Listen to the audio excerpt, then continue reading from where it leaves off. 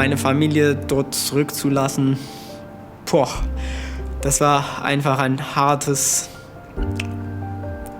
Entscheidung einfach. Ich denke sehr oft daran, wer wäre ich jetzt, wenn ich dort wäre?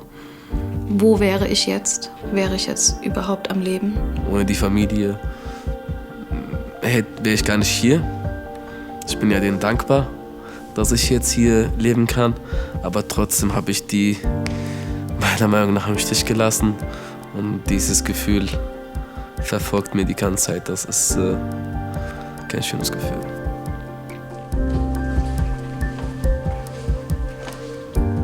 Ich bin Yazan Al-Sharif, ich bin 22 Jahre alt, ich wohne in Dillenburg. Ich studiere hier in Gießen Maschinenbau und ich bin vor 6 Jahren von Syrien nach Hessen gekommen.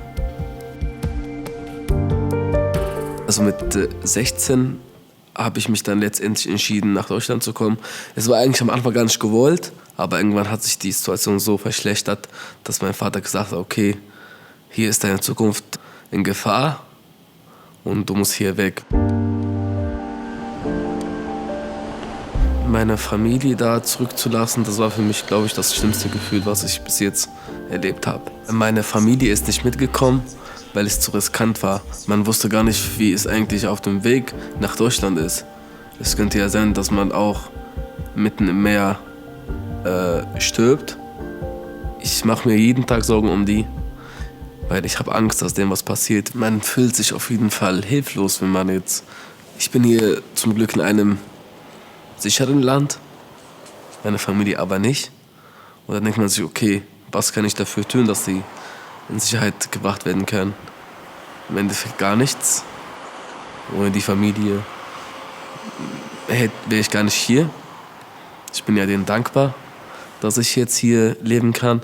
Aber trotzdem habe ich die meiner Meinung nach im Stich gelassen.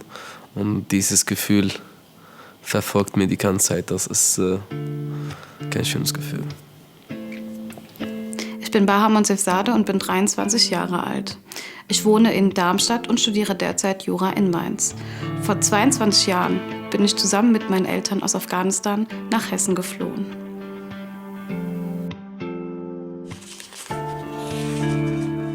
Vor über 20 Jahren kamen die Taliban ja zum ersten Mal dort an die Macht und haben Afghanistan übernommen. Und deswegen haben sich meine Eltern gezwungen gefühlt, dort das Land zu verlassen. Natürlich haben die sich vom Leben was ganz anderes erhofft und hatten nicht vorgehabt, Afghanistan zu verlassen. Es leben 2 Tanten von mir in Afghanistan, in Herat, meine Cousins und Cousinen, mein Opa und eine Bekannte von uns lebt noch in Kabul. Ja. Es geht denen natürlich schrecklich. Man ist natürlich auf der einen Seite froh, dass man die Situation nicht miterleben muss, die dort zugeht. Andererseits mache ich mir natürlich auch Gedanken darüber, dass einfach nur die Tatsache, dass sich meine Eltern entschieden hätten, dort zu bleiben, heutzutage alles ganz anders wäre, als es jetzt ist. Wer wäre ich jetzt, wenn ich dort wäre? Wo wäre ich jetzt? Wäre ich jetzt überhaupt am Leben? Wenn ich die Bilder jetzt sehe, was in Afghanistan passiert und was in Afghanistan tagtäglich zugeht, löst es in mir natürlich auch irgendwo Schuldgefühle aus und auch es deprimiert mich auch irgendwo, hilflos zu sein und den Menschen dort nicht helfen zu können.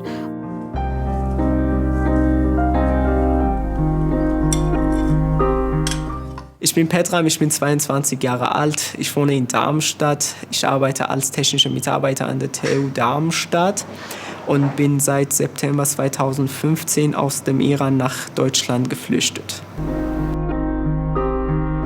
Als ich 16 Jahre alt war im Iran, das war so eine Entscheidung, die ich getroffen habe und es war so, dass ich mein Land verlassen wollte.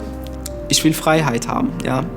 Gerade Lage im Iran, es ist so, dass man jeden Tag muss sich Sorgen machen. Für Freiheit, Sicherheit, wirtschaftlich. Jeder denkt, Krieg ist der einzige Grund, wo die Sicherheit und Freiheit in Gefahr bringt. Nein, es ist nicht so. Man kann einfach so auch keine Sicherheit und keine Freiheit haben, ja. Wenn ich nicht mit meiner Freundin oder Freund spazieren gehen dürfte, dann Polizei greift mich ein. Das sind alle Probleme, wo die, glaube ich, in neue Zeiten für mich keinen Platz haben. Meine Familie dort zurückzulassen, Das war einfach ein harte Entscheidung einfach. Und ich weiß nicht wirklich, wie denen geht's. Und das ist alles halt die Probleme, dass halt man kann nicht irgendwie einfach lösen, ja. Die Sorge ist immer da, ja. Sorge ist jeden Tag da. Wenn ich aufstehe, die Sorge ist da, bis ich wieder schlafen gehe. Manchmal ist es das Gefühl da, wo ich sage, ja, ich hätte meine Mutter und meine Schwester mitnehmen können und ich habe mich selbst in Gefahr gebracht, aber ich kann nicht die anderen Leute in Gefahr bringen, ja, und das ist schmerzhaft. In Deutschland schätze ich halt diese Freiheit, Sicherheit. Ich bin für alles dankbar. Wenn ich jetzt auf meine Geschichte zurückblicke, bin ich dankbar dafür, dass ich hier frei meine Meinung äußern darf, dass ich hier gleich behandelt werde wie ein Mann. Ich bin trotzdem hier sehr, sehr dankbar, dass ich in diesem Land leben darf. Das ist für mich ein Geschenk Gottes, sag ich mal.